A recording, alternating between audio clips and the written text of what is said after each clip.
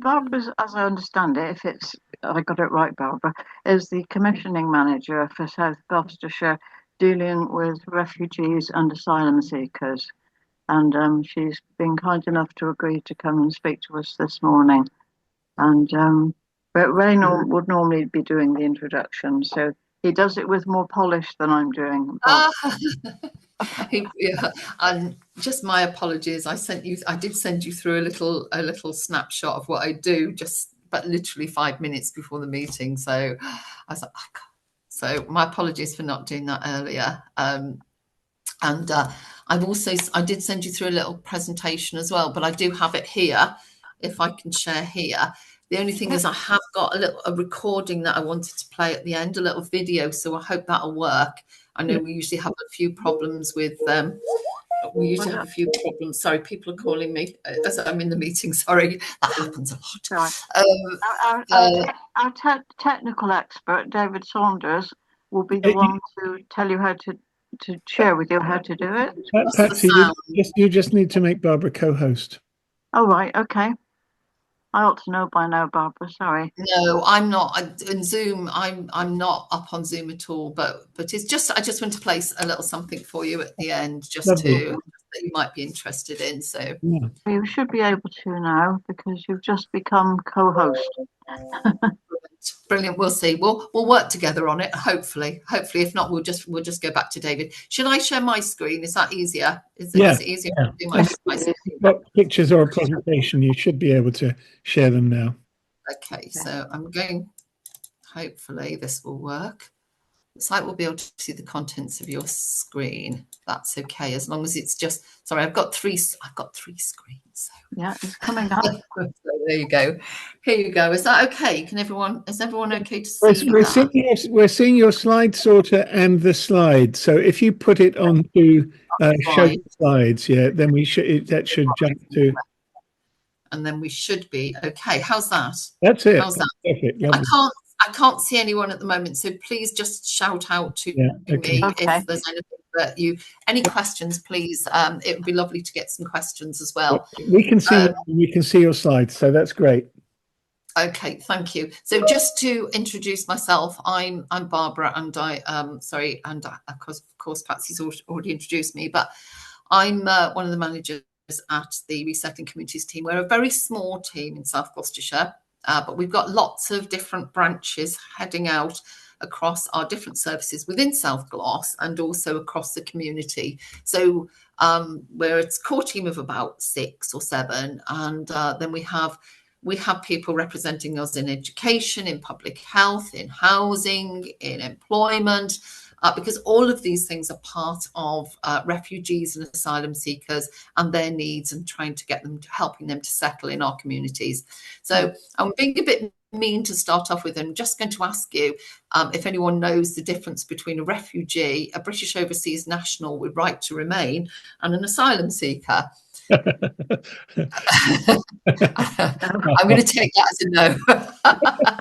But it also, I just want to demystify what some of the messages that you'll get through the press as well, when you hear things like, they're all here taking our jobs, or they're all here doing this, or they're all here doing that. So a refugee is somebody who has applied for refugee status in the UK and has been given that status prior to arriving in the UK. And as a refugee, you are entitled, you have the same rights as anyone else in this country. So you have the right to work, you have the right to benefits, you have the right to local housing policy where it covers you, as if you were anyone else within our community. But obviously, because you're a refugee, you need additional support as well. You've come from a very traumatized background, you've got a lot of cultural issues to deal with, and you don't understand how things work in the UK. If you're a British overseas national with the right to remain, you're not a refugee. This mainly applies to our Hong Kong community, and this is where people have British citizenship, but as a British overseas national. Now, they do not have the same rights as refugees, so they cannot claim support with housing, with support with often support with language, with support with finding jobs. They're not entitled to any benefits if they can't find jobs. So again, it's like a very different cohort of people. And then we've got asylum seekers, and these are the people you probably hear about a lot. These are the people who come to the UK with no status really, but have fled from an area or a country in conflict, at war, and they arrive in the UK asking for support. And at that point, they have no rights at all. So any narrative that you hear from people saying, oh, they're coming over here and they're taking our money and they're taking our jobs, etc., they're not. They arrive with nothing and they get nothing until their application for refugee status is heard by the Home Office and either agreed or not agreed. And obviously there's very strict rules around what's agreed and what's not agreed. As an asylum seeker, you're entitled to no support through any benefits, no support with employment. You can't work, you're not allowed to work. Any narratives you hear about people sitting around and not wanting jobs, they can't work. They're not allowed to work. They get a total of about £8 a week to live on. And that £8 a week would pay for very basic things like toothpaste and, some general things just for health and well-being. And then they can get basic needs. They can have basic needs, a very basic amount of money just to survive on. And I'm talking a very basic amount of money. They will be given somewhere to live until their assessment of refugee status.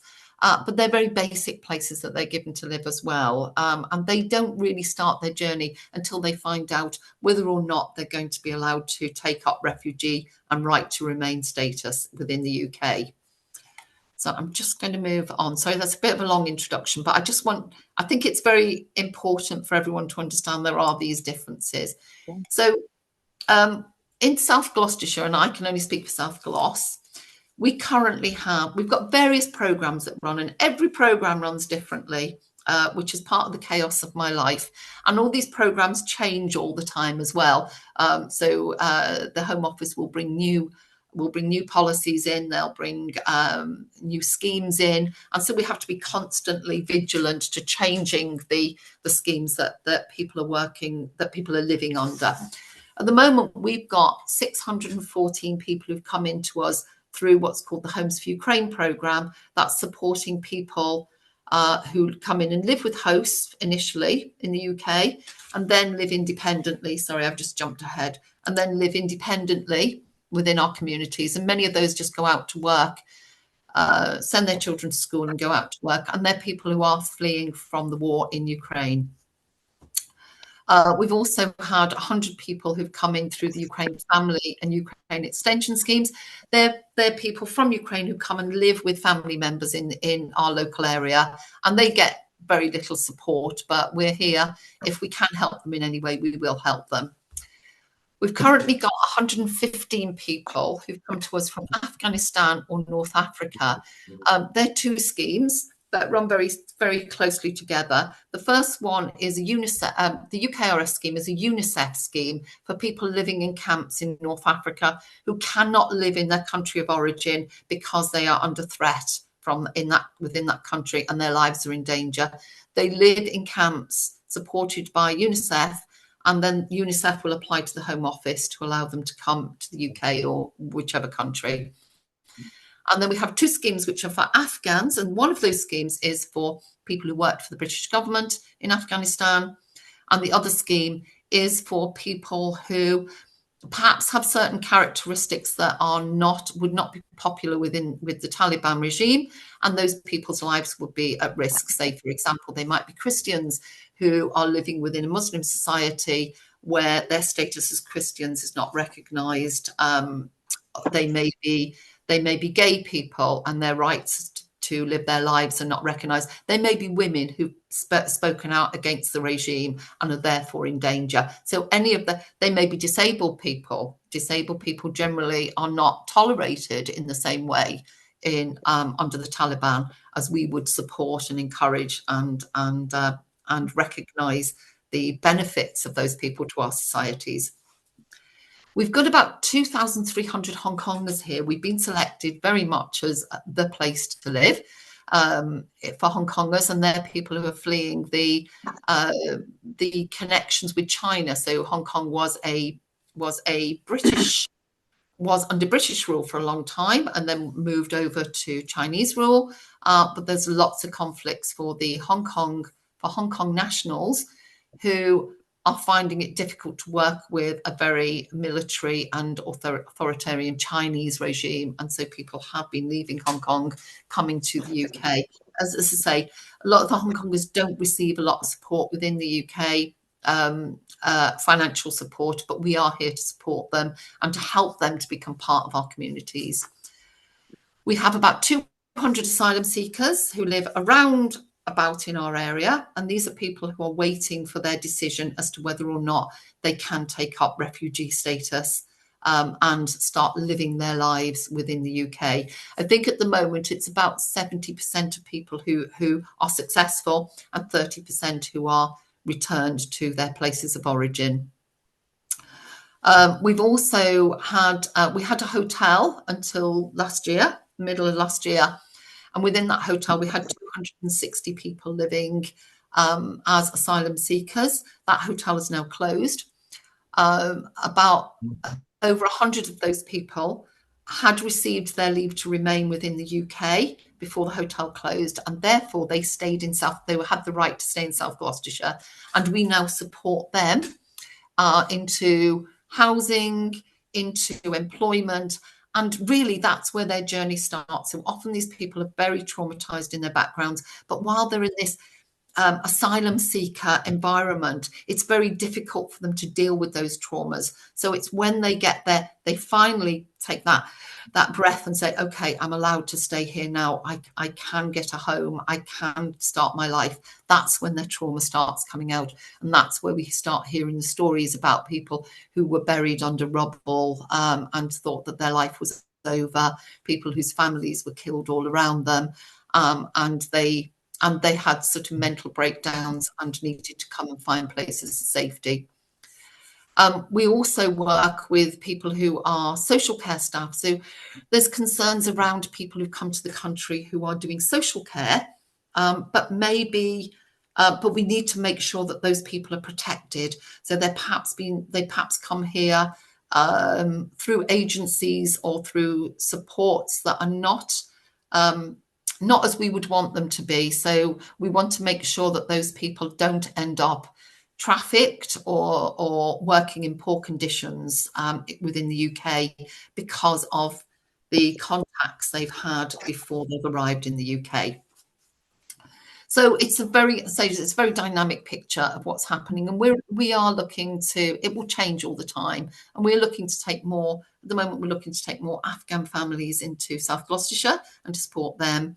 And we'll see how we think the numbers will increase in South Gloss, and we very much welcome community support to make this a very positive environment. So this was the last time we looked at the stats.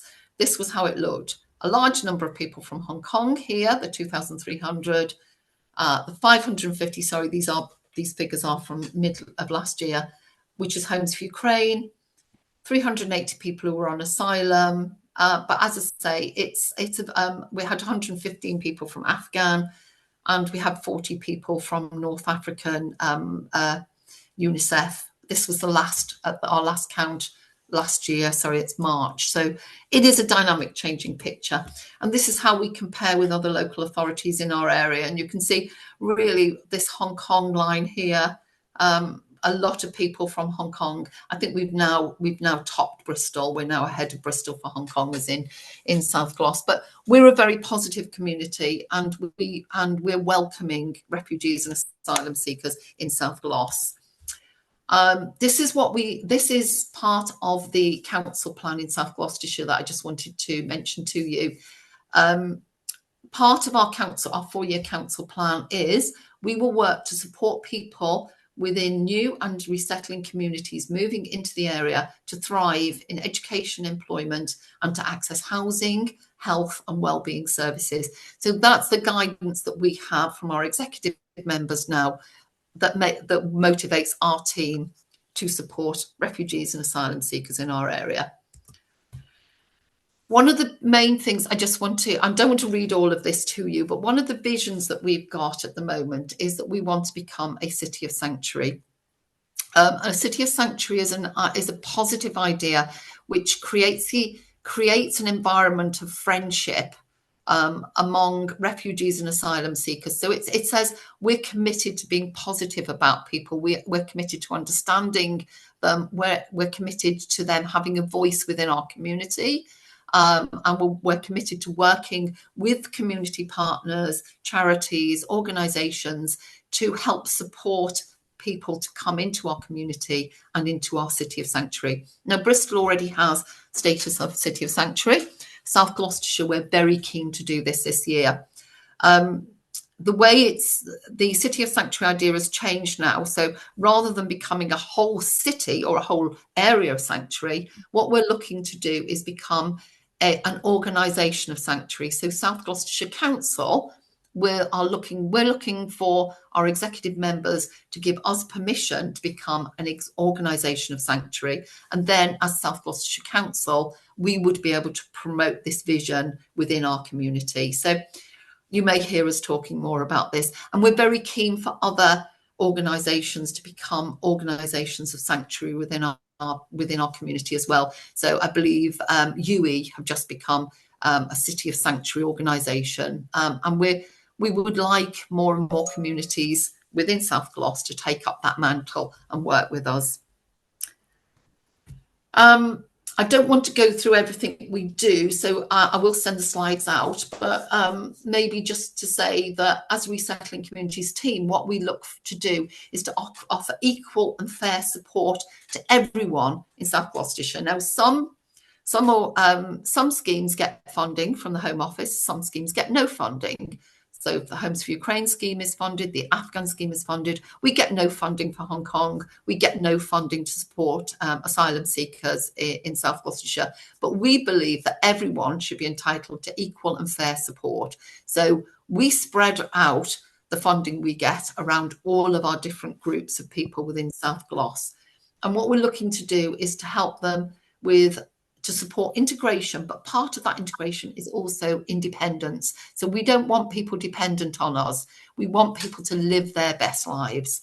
And we will support them into housing, education, language, and well-being. And when we say well-being, a lot of our communities do not like to be don't like references to mental health issues. They have very negative ideas of what mental health issues are. So we talk positively about well-being. As I've already mentioned, we've got lots of other services we work with within South Gloss. So I liaise with the employment service to set up a really good employability programme. And I work with different services around education and around the Hope Service, which is Sarona or national health, so not exactly internal, and public health. And my colleague works with housing. With our commission services, we are able to, with the Homes for Ukraine scheme, the Afghan scheme and the North African schemes, we're able to offer wraparound support. And we offer that then to our asylum seekers as well, because it's equal and fair. So we offer 6 months wraparound support for anyone where we can. And that means they get dedicated support workers from our commission services who will help them with all those aspects of housing, language, and we will oversee that as well and make sure they have access to those resources.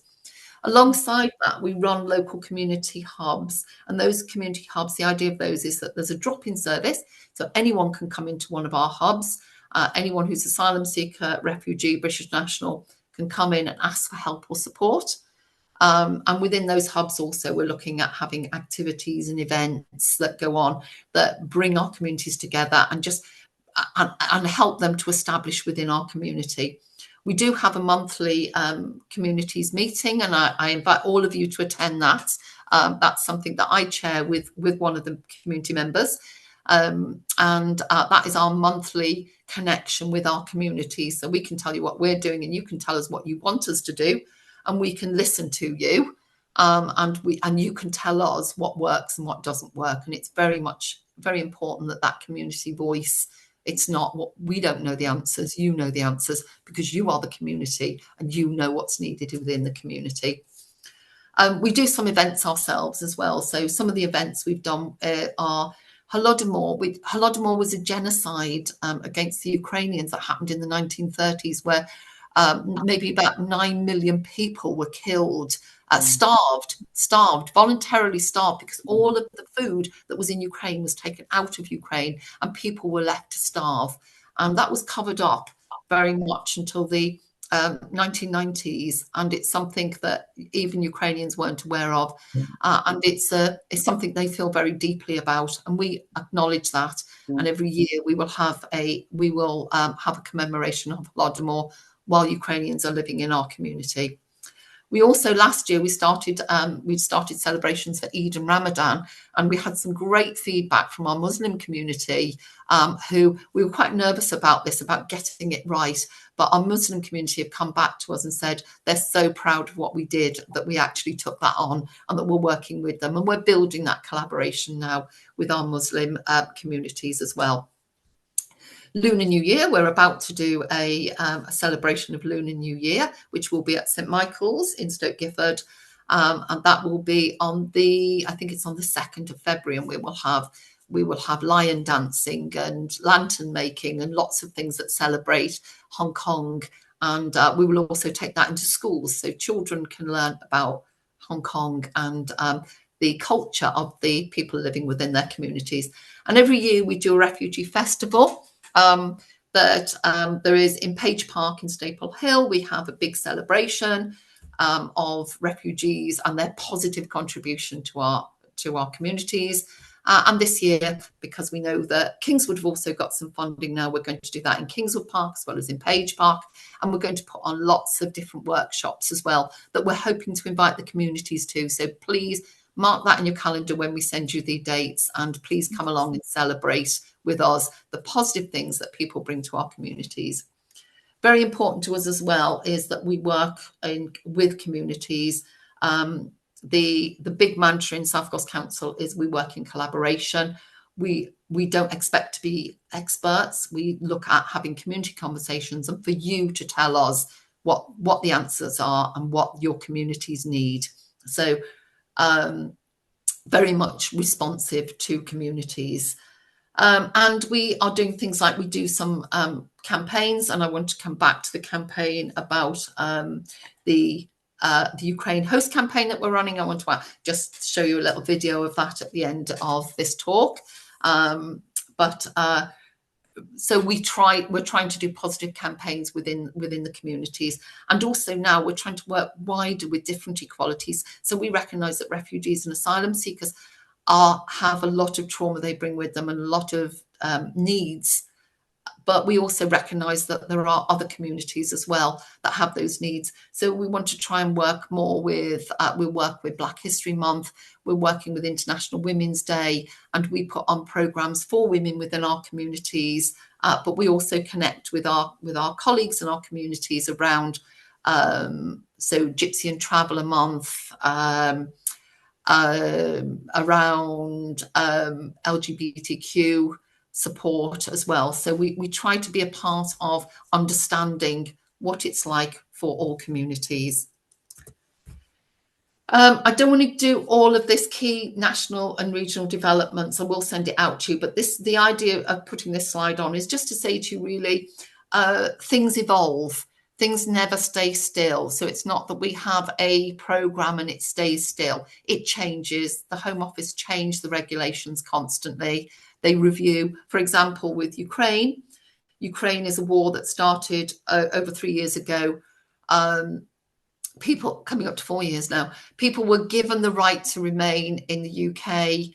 They were given 2 years, and then the Home Office has to review that again, or the Department of Levelling Up had to review that again and say, what are the needs for that community? And so every 12 months, they will review and say, what is the need for that community? What should we be doing? And so people live in a sort of a settled, but they're not actually settled because they don't know what's going to happen to them and what regulations are going to come out. Many people have settled now because the war's gone on for quite a long time, but there is no provision for them to remain long term in the UK when the war is over. This plan there's nothing that we've been given that says there is the right for people to remain. It is a host sponsorship, so we do pay hosts to take guests, and we get those directives as well from the Department of Levelling Up, and that changes. It's very dynamic. It's very dynamic what's happening with Homes for Ukraine. At the moment, our focus with Ukraine is that people are living in our community. They've gone to work, they put their children in schools, and we're thinking, oh, they're settled, they're fine. They're not having any problems. Of course, they are having problems because most of them have apps on their phone which link them to every time an alarm goes off in their town or city in Ukraine, they will get a message sent through to their phone. They don't know, though, until maybe a day or 2 days later, whether those bombs that were dropped or those drones that went over their town or city or area actually caused deaths or injury to their loved ones back in Ukraine.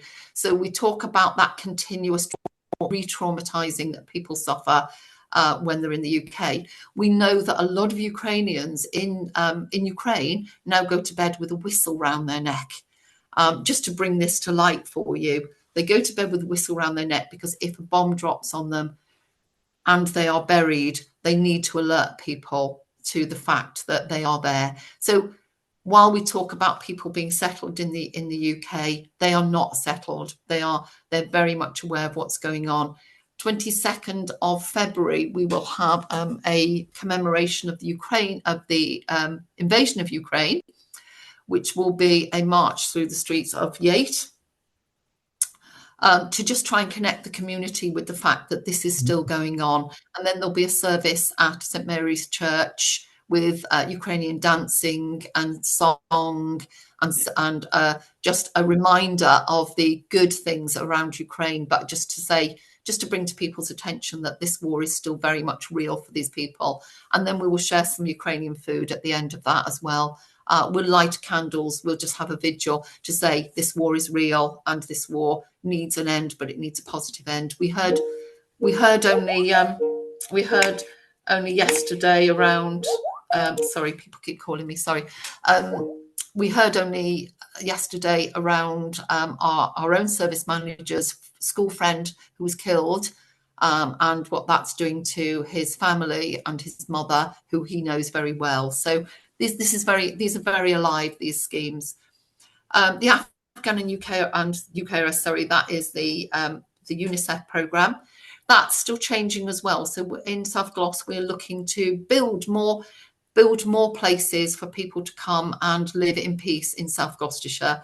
And the Hong Kong programme is also dynamic and changing, and where we've got family members who there is now leave for family members to come and join their main visa holder. And also, if anybody does fall through that net and does end up with no money, we have got a way of getting them some funds so as they don't end up destitute within our communities. Sorry, just trying to move on. Okay. Again, don't want to go.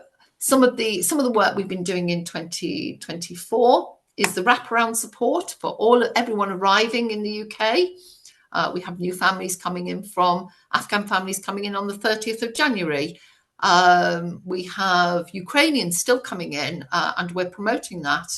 It's North Africans coming in on the 30th of January, and we have more Afghans that we're hoping will arrive at the end of February or beginning of March.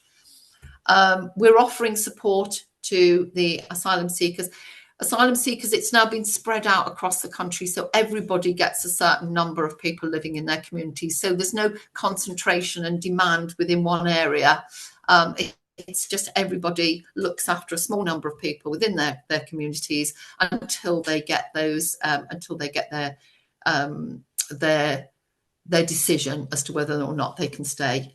we're working on building community hubs and building what we're doing in those community hubs. Our hubs, by the way, are in Thornbury, Yates, Patchway, Emerson's Green and Kingswood.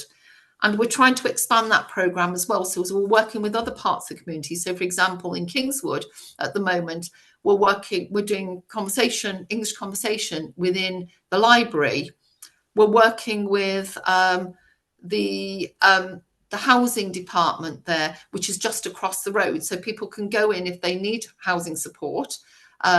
They can go into the housing centre, and then they can come over to us and get support with their well-being and help into employment. So that's the one-stop shop. We're also right next to Kingswood Park, and there's going to be lots of exciting things going on in Kingswood Park. And we're also next to the Children's Centre, and the Children's Centre is allowing us to use their facilities as well for families. Just down the road, we also have the old library that we're currently using as a centre for collecting items that we send to Ukraine. So we send there is a van that goes regularly to Ukraine, which takes out supplies, whatever people need in Ukraine, and that van goes out quite regularly. So we're building our communities, we're building our employability programs. So we have on the next Wednesday, we have a refugee employment fair, which will be in Lyde Green, if you know anyone who's interested in coming to that. Which is part of a big coordinated employability program that we're doing, where we work with all different organisations to make sure we help people with CVs, we help them with how to interview, we help them with language, we help them if they want to become self-employed, we help them where they've got basic jobs, but they're perhaps a qualified doctor and they need to help to move on, but they can't get hold of their qualifications from the country that they come from, and they need support to get into more professional environments as well.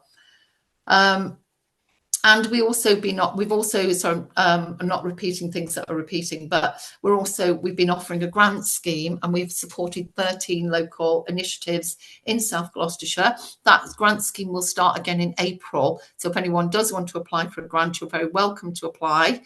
And we've done things like setting up community groups. We've got a refugee orchestra now. We've also supported different sports, because of course people get united through sport, and it's also a great way of just being able to get involved in your community. So we have different sports initiatives.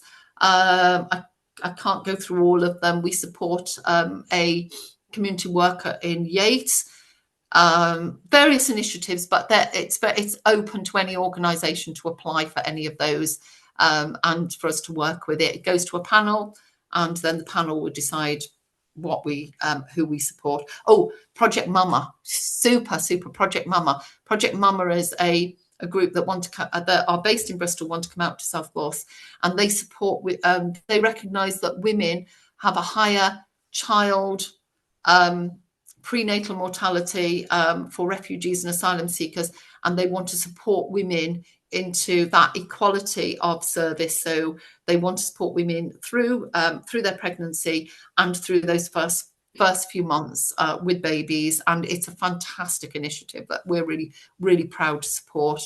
And then the other thing we're doing at the moment, we're working on interpretation and translation services, so trying to improve the service we can offer to people through being able to speak on their own behalf, because obviously that's a big problem if people cannot speak and represent themselves. Focus for the year ahead, we're going to be continuing to work on integration, housing, education, employment, well-being. We're going to continue working in our communities. We're going to be working on building the collaborative work in Kingswood and in Patchway, working with different groups. We're going to continue listening to our community. So it's very important to me to be in this meeting with you, and for you to tell me and to start talking to me about what you need and what you want and how you can work with me. And maybe you could offer some volunteer services. We desperately need volunteers. I know Helen and David from French Hay have supported us before, and they've been hugely helpful in supporting us. But we obviously look to be educated by our communities as well. And then, of course, and we want to work more with our wellbeing services. So we're bringing some new wellbeing services into South Gloucestershire to support women at the moment, Ukrainian women, as I mentioned, this secondary sort of re-traumatization that we feel that women are suffering, and mostly our Ukrainian guests are women, because the men are kept within Ukraine; they're not allowed to leave. So it's mainly women living in South Gloss at the moment and in the UK, and increasingly different groups of people are not being allowed to leave Ukraine. So now nurses may not be able to leave, teachers may not be able to leave, but where people are in our community, we do need to support them. And we work with the Hope Service, which is the Serona service, to help people with trauma. And we also work with the Haven, which is a charity-run organisation which offers support to refugees. And I just finally, I want to try and play this for you. I just want to talk to you about the Homes for Ukraine host campaign, which is the campaign that we're running at the moment. For Ukrainians coming into the country, they can only come to the UK where they are matched with a local host. So that person locally has to offer a place within their home for a minimum of 6 months. Now, if it doesn't work within a minimum of 6 months, we're always happy to step in and try and sort something out. But the commitment to start off with is that local people offer their homes for 6 months, and a Ukrainian or a Ukrainian family will move into that space, that spare space they've got. We will support the host. So at the moment, we're paying £500 a month to hosts. We do have to look at that again now, based on the new information we've just been given by by Levelling Up. I think it's called. So I think it's called the Homes and Businesses and Communities now. But we do need to look at what we can reasonably still offer to hosts. But hosts are really key to settling people, and they can only come from Ukraine when we do have hosts. They are offered wraparound support from our support services, our commission support services, and then they're also offered a plethora of services through our community hubs. But I'm hoping this is going to work. I would like to play you 2 videos. One video is from one of our hosts talking about their experience, and the other is an event that we held last summer, which was the celebration of Independence Day for Ukraine that we still recognise, and we held that, and it was a wonderful evening. But I'll let you judge for yourself. So I'm just going to play these for you. Let me just play you. I'll play you this one first. I'm hoping you're going to hear this, but I may need some help, David, if the sound doesn't come on. Oh, sorry. This is the host. This is the host video.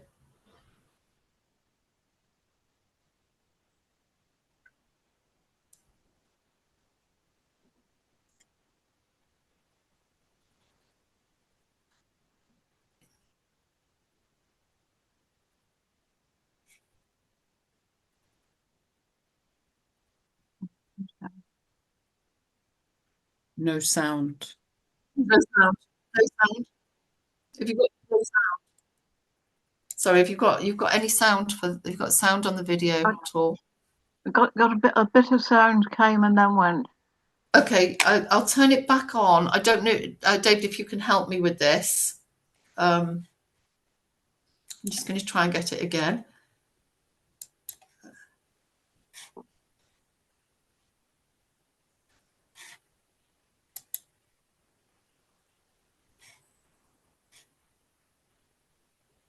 You're muted, David.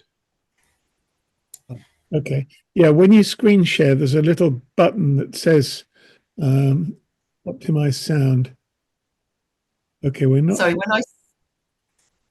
when I screen share, what do I need to press? I'm just trying to look to see on the right hand side of my screen, optimize for video sharing and share sound. Two little options, but click boxes. At the point that when you're selecting the screen you're going to share, it has those two little buttons over on the right. If you're using a similar version of Zoom to mine. Okay. I'm just wondering, I'm just wondering if can you put this on for me? Because I have sent it through to Patsy. Oh, okay. Hold on.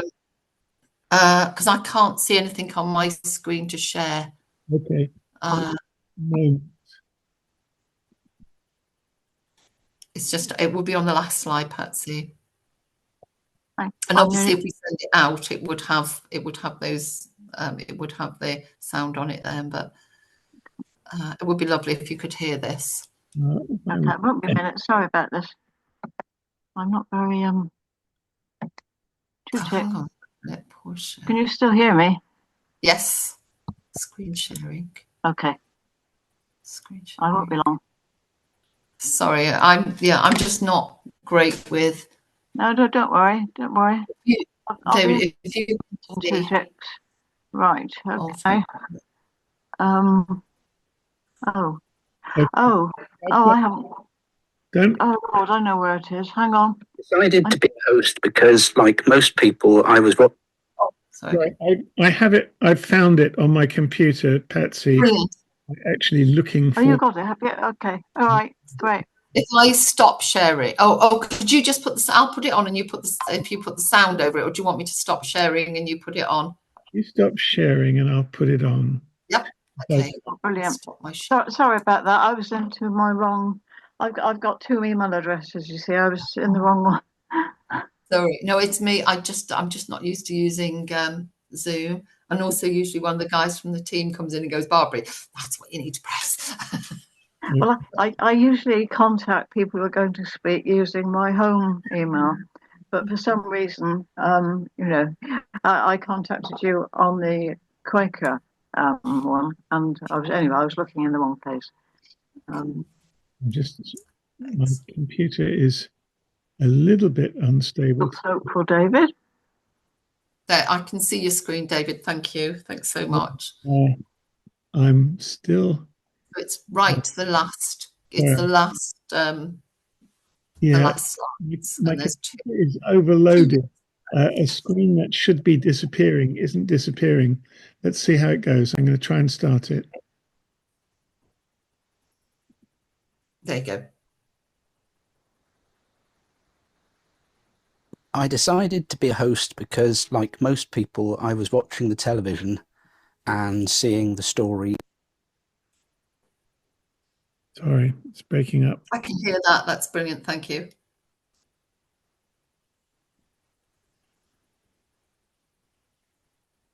Oops. Sorry, it stopped. Not sure why. Of a massive build-up of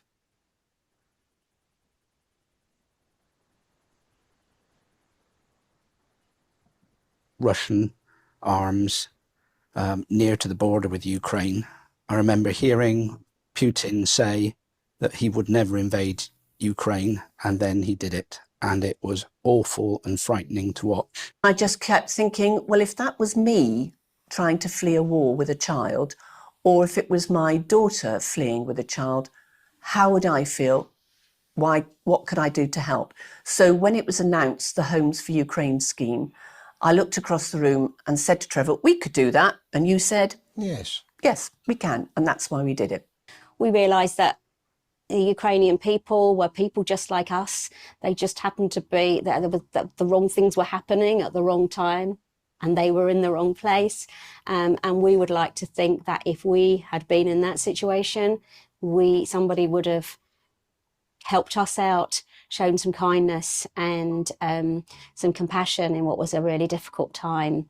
These are good people just needing somewhere to be while something horrid is going on in their own country.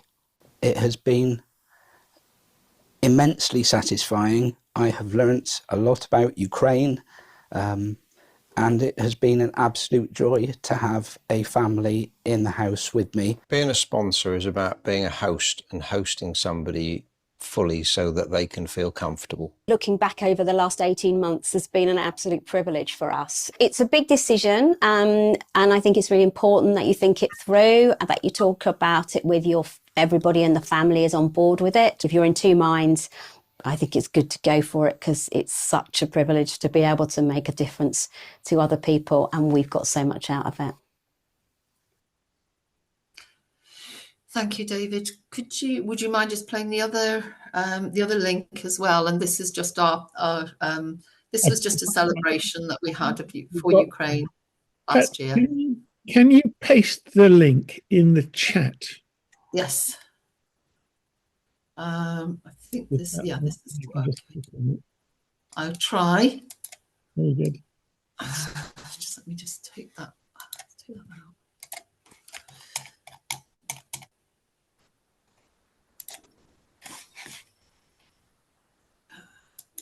Oops. Yeah, just give me one sec. Hopefully this will work.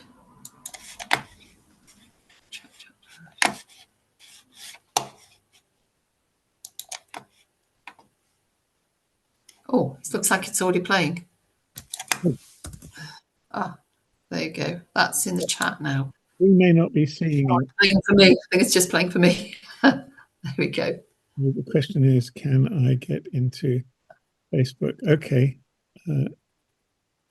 I'm going to try and share this. Just requires a little bit of hunting around. Share.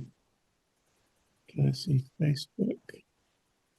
Looks like it might be it.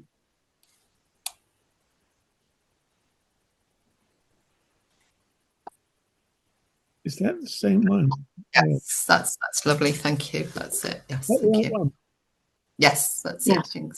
Oh, yeah. Okay, it says it's a Facebook video. Now, so is it playing it? Yes, it's playing, but I can't hear. There's no sound on it. No sound. To support them as long as they need us to. It's very broken. When you leave Ukraine, That's pretty wild. Yeah, it's kind of, yeah. It's, I don't know if we can we get it. I'll try and do it again and see if I can, if there's anything I can adjust that will make that come. I'm playing it here. I'll just take it off here just in case. Okay, it's got a little button saying optimize for video sharing, which it won't let me click. I obviously want to share the sound, so I'm not sure what to do. Would you be able to take it back? Thanks. It is a privilege to welcome you this evening to celebrate Ukraine's Independence Day. South Gloucestershire Council is just a really welcoming council, and we just absolutely want our Ukrainian guests to know that we are here for them to support them as long as they need us to.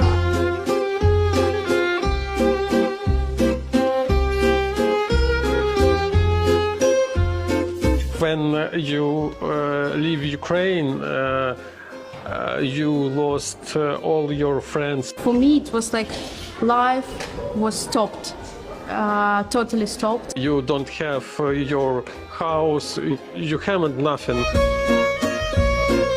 Our host was very kind for us, and they help us with our maybe mental health. And you're not alone. I think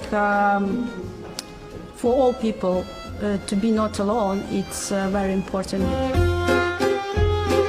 Taking Ukrainians into homes has been a core policy, and this really does show a great South Gloucestershire way, but a great British way as well, with that generosity and belief in our role in the world and wanting to make sure that people have got what they need. I cannot comprehend what Ukrainians are going through, but if you've got the opportunity, you've got the chance, you've got the space, you've got the room, offer it. Just give people a chance for a better life. If anyone's thinking of becoming a host, do consider it. There are people around to talk it through, and all the help in the world is available to you. If we could do it all over again, I think we definitely would. Absolutely, yeah. Definitely. Yeah. Thank you. Thank you. Thanks for your help, David.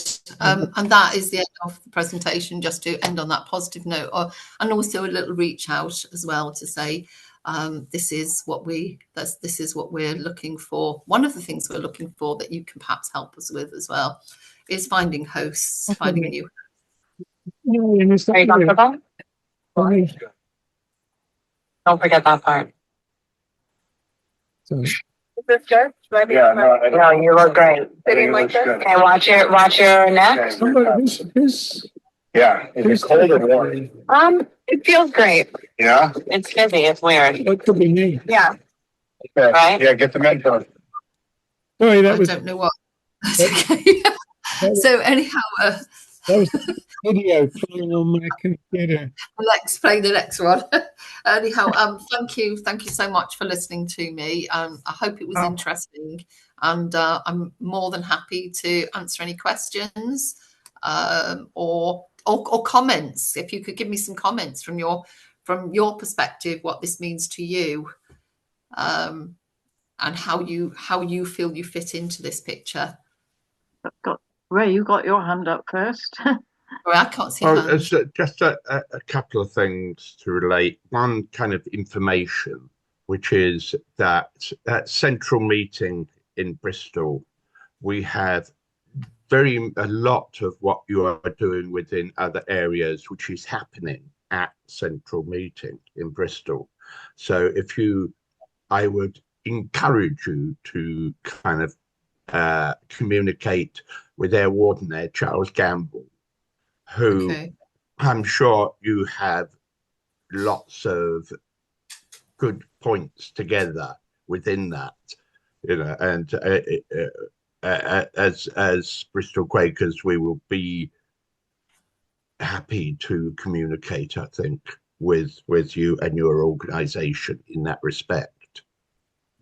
Thanks. The other one thing which did come across to me, which is a sadly thing, excuse me, is that with the paucity of accommodation for everybody in England today, that can be used virtually, as a phrase goes, virtually used as a stick to beat you with. Yeah. What is your view on that type of the failure of accommodation? The failure of accommodation.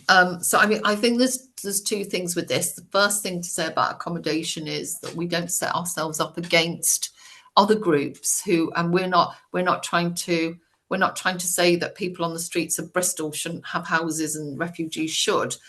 It's not a competition. We recognise that everybody has the need for housing. We're not trying to take houses away from anyone else. Finding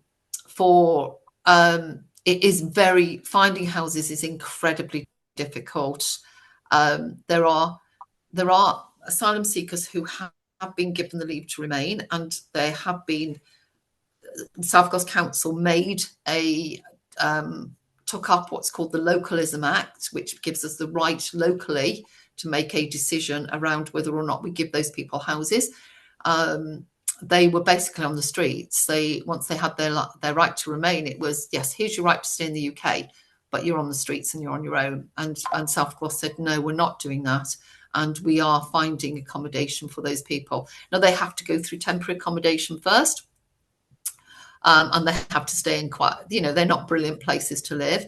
And then they'll perhaps go into a shared house or sort of a multi-occupancy house. But it's a start. It's a start along the way. So they're not getting luxury homes, but they're getting something where we can then work towards getting them into employment, because it's that stuckness, isn't it? You got no job, you got no house, you got no house, you got no job. So we work with the asylum seeker group that way. People who come into us through the Homes for Ukraine, we look for hosts, and we work with hosts, and then we look within the local community, and we do a lot of work trying to find houses within the local communities for people, and charities help us as well with that. And we are allocated a small number of houses that the government gives us as well, so that we can then purchase for Ukrainians, that when they go back to Ukraine would then be available for other people locally. For our Afghan and our UNICEF community, we have houses, but that's why our numbers have stayed quite small, because we can only give so many houses, a small number of houses that we pledge each year. The MOD have now come in, and we're going to be using MOD properties that have been left standing. And there are different schemes now that are going to be introduced where the MOD and their agents will support us for housing. And for Hong Kongers, of course, they have sold properties in Hong Kong, so they come in and they don't have really a housing problem. It's a big challenge. It's a really big challenge for us, because as soon as you know yourself, private landlords, where we need to use them, they're not allowed to discriminate against people on benefits, but they do. I mean, whether you like it or not, people want the assurance that you've got a job, you've got this, you've got that, you've got the other. And we believe that it's about people applying for housing now. There's probably 25 people applying for each one house that's available. So it is a constant challenge to us. And my colleague works a lot trying to find properties and trying to find charities that we can work with who have properties. We're always looking for landlords. Basically, we're always looking for landlords, because people can't get a start in life. You know, it's not that people don't want to work. They just can't prove that they want to work. They can't prove that they are people who have got something positive to contribute. So it's a big problem for us, and we don't like to be drawn into the why should they get houses rather than us debate, because we're not trying to take houses from anyone else. We recognise that homeless people need houses just as much as refugees need houses. Thank you. Marion? Sorry. Right. I've recently sort of been in contact with somebody who's come through your scheme and is now happily housed, but he's hoping to get his family here. So will he be able to move on to something a bit larger if he's successful? It does depend, Marion. Was he an asylum seeker who is now who's got their leave to remain in the UK? I can't remember exactly what his status was, because some of the time he was called an asylum seeker, and then he was told he wasn't an asylum seeker, he was some other category. But he does have leave to remain. He was in the Filton Hotel. Oh, he was in Filton. Okay. So if he was in Filton, we had 260 single men in Filton, all waiting to hear their outcome, and they waited for 2 to 3 years, and some of them got that before the hotel closed, and some of them had to move on, and they weren't able to stay in South Gloss, but we wanted them all to stay here. We built relationships with them. If he has received his leave to remain, he then will be entitled to apply for his family to join him in the UK, his immediate family. And one of the things we're doing at the moment is, with the people we were supporting through the hotel into housing, we're now supporting them with their families as well. So families, immediate family only, but yes, immediate family would have those rights, and we would support those immediate families as well. So our support service at Julian House, you could drop into any one of our community hubs. You could go to any of our community hubs and talk to the support workers in the community hubs, and they will help them. If he needs any help with getting his family here, we can't do that. We've not got the experience to do that, but we can put him in touch with the correct agent for anyone to enter the country to and have the status to stay in the UK. So please let me know if you need any additional information. I can send you the times and the hubs where I can send a poster out to everyone. Yeah.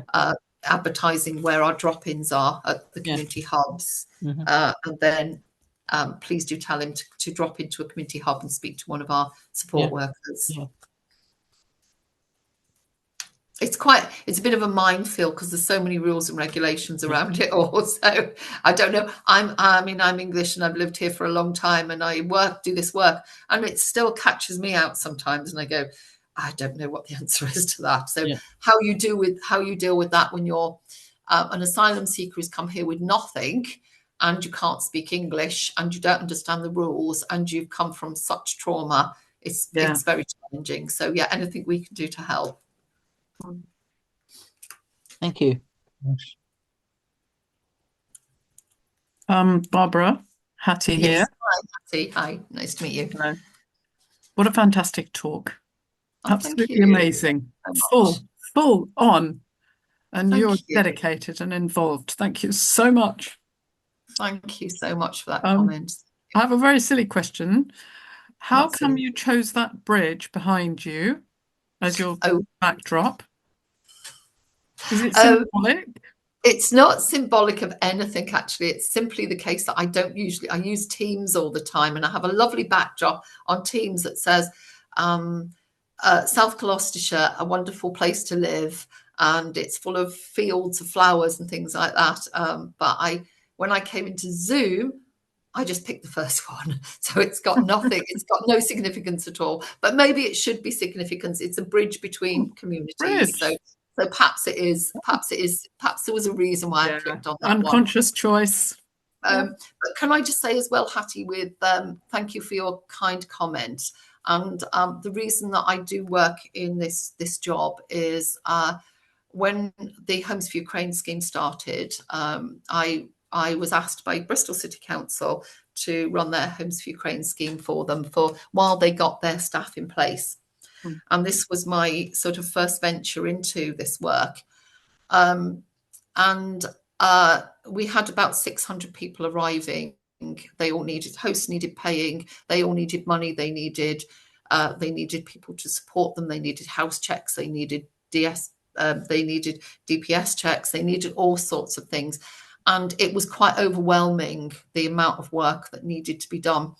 And every day I would end the day, I would pick up my mobile, and on my mobile would be a huge plethora of missed calls. And I would start trying to take those calls. And what was on those calls? By and large, there wasn't one negative comment on those calls saying, where were you? You should have been here. You should have been there. You should have been doing this. You should have been doing that. Every single call on there was somebody from the community saying to me, don't worry, Barbara, we've got your back. And that's why I love this job, is because communities run these things. It's not me, it's our communities. And those comments, we've got your back, sustain me really, to know that there's such kindness out there, and such people who've got such caring and such commitment to supporting people with less than they've got. And they support me and they help me, and I'm here to listen to them. So that's why I love speaking to communities. Wow, fantastic! Thank you. Thanks. Thank you very much. Is there anything else? I think we've overrun time. Sorry, Patsy and Ray. I think I've misbehaved and run over time, I'm afraid. Oh, we're quite relaxed. Funnily enough, earlier on we were talking about the difference between Bristol time and London time, how on the whole we are a bit more relaxed about when we join and when we end. Okay. That's great. Can I just say as well, just finally, I started this work with Bristol. I now work for South Gloucestershire. So when they put their permanent staff in place, I then applied for the job with South Gloucestershire and moved to South Gloss, and I work now for South Gloucestershire. But of course, we don't have any walls up between us and Bristol, and we have that bridge between us and Bristol, and we do work closely with Bristol, and we you know, we work with their services and obviously their colleagues I've worked with now. So, but we're very keen to bring services out to South Gloss because we represent the people of South Gloucestershire. So if anyone here would like to join any of our celebrations, or talk about, or would like me to come along and talk about anything, or would like to get involved, I'll send you the community meeting time as well and link. And if anyone wants to join our community meeting once a month, Tuesday mornings, then you would be absolutely, I'd be a privilege to have you there. And if there's anything that you'd like to do, if you'd like to discuss between yourselves and come back to me about any local initiatives that you'd like, or you'd like me to support or work with you, I'd be absolutely privileged to do that. Lovely. Lovely. I just want to say a big thank you to South Gloss Council. I have worked with you as regards the deaf community for some years now, and found the whole approach of the council, well, the people who I've met from the council, very positive and full of initiative and enthusiasm and listening and finding out. Brilliant. Thank you. I will pass that back because, yeah, that's what we're about in South Gloss. We are very much about our communities. Big, yeah. We talk to our communities a lot, and it's really refreshing to be able to do a job where you're responsible to your community. Your community is not responsible to you. You're responsible to your community. So thank you. Thanks, Hattie. And I'll pass that back. And privilege, as I say. Thank you. Thank you. Bristol City Council spends a considerable amount of money on courses being run, as I said earlier, from the central meeting house, and so I think the connections between that and your group could have quite good feed-in communications and development in that sense. Yeah. Ray, if you would like, I mean, I don't know how I should connect with the group there. So if you could put me in contact, or perhaps suggest the ways that would be, if you could suggest to me the best ways to do this. Patsy can give you Charles central meetings communication addresses, so that shouldn't be too Thanks. That'd be brilliant. That'd be brilliant. And as I say, I know that there's the meeting house in French Hay that we have actually held we actually did hold a community group there once for our hotel that Helen arranged for us. So all the people from the Asylum Hotel came out and had a haircut, got some food, got some clothes, got some nice warm clothes for winter, and we did use your premises then. So we're really happy to work with you, and we'd really like to keep you in touch with the work that we're doing. Thank you. And I'm sure you're in touch with BHN, Bristol Hospitality Network. We are, but often with BHN, it's for us, it's about how many of those services can come out to South Gloss. So again, I guess one of my asks for you all today is, please would you promote bringing services to South Gloss? So because we're a different local authority, and we want to be a very vibrant and dynamic local authority. So just please, if you're working with Bristol City Council on anything, please just pop in a link across to me as well and say, how can we do this in South Gloss? And I'm more than happy to work. I'd be privileged to work with you. And, the current government, the new government, is quite keen on regional diversification, isn't it? So it may be that the services could be coordinated through WECA as well as through the I think David, thanks for that. At the moment, it certainly seems that WECA is going to be the way to go forward, but we don't know the detail of this at the moment. So some of this stuff from the new government now is still unraveling. So and we've been kind of knocking on the door saying, give us direction. And I think that their approach to local authorities will be these coordinated local areas like WECA, but the impact it's not yet unfolded with us yet. WECA is one of the weaker of the combined authorities in some ways, but there will be a new mayor in May, I believe, and there may be some consolidation of other local authorities into that region. Yeah. Maybe it'll even be called Avon again. You never know, or at least Who knows? Yeah. Who knows? I don't know. You're probably ahead of me on this. I don't know. We'll see. We'll see what our local communities say they want it to be called. And WECA's a bit. Yeah, it's a little bit distance from us all, isn't it? But yeah, it would be good if we can get that. Again, it's that community conversation, isn't it? It's talking together and to get things done. So. Yep. But I think you're probably steps ahead of me on that, David, because it's probably still coming through to our members.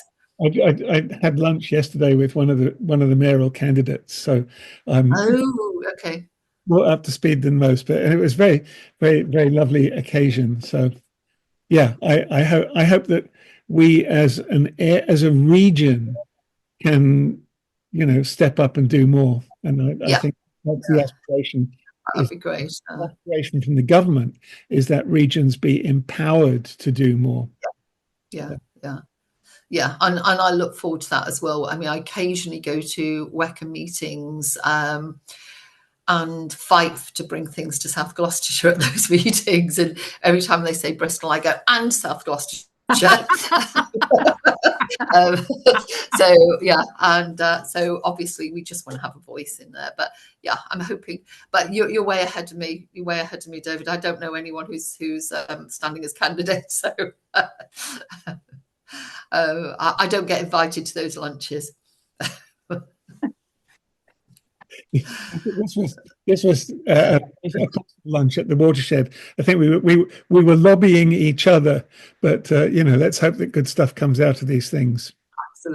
Absolutely. I should look to you for advice then on this in the future. I should keep your name and look to you for advice. I look forward to talking, Bob. Yeah. Thank you. Thanks, everyone. Thank you. Right. Well, I think that is the end of our discussion today. Thank you, Barbara, for a very enlightening and interesting talk.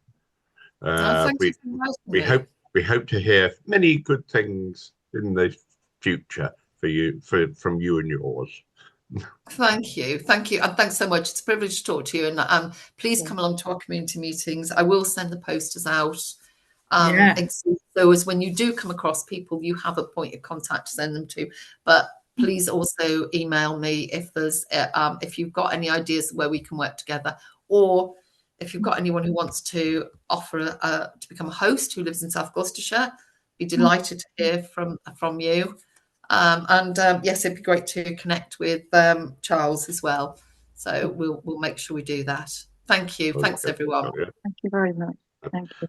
Well, we haven't mentioned next week. Oh, sorry. My thingy. Where's me notes? Well, I can do it if you like, because next week. Here we go. It's moi. Just for fun, and it's a new year, and we should all be singing and dancing and doing things like that. Next Friday, dear friends, I offer you a quiz, a New Year's quiz of strange and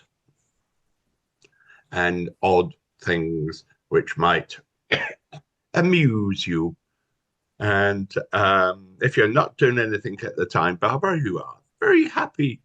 We were very happy for you to come, but you're probably far too busy to do things. I'm probably, unfortunately, I don't have any window for anything that is just nice to do. So it's just, A little bit like that, but I'll always find time for you for work things. So anyway, thank you. I will leave you then, and thank you all very much. Thank you so much for inviting me, and wish you all well for the new year. Thank you very much. Yeah. Bye-bye.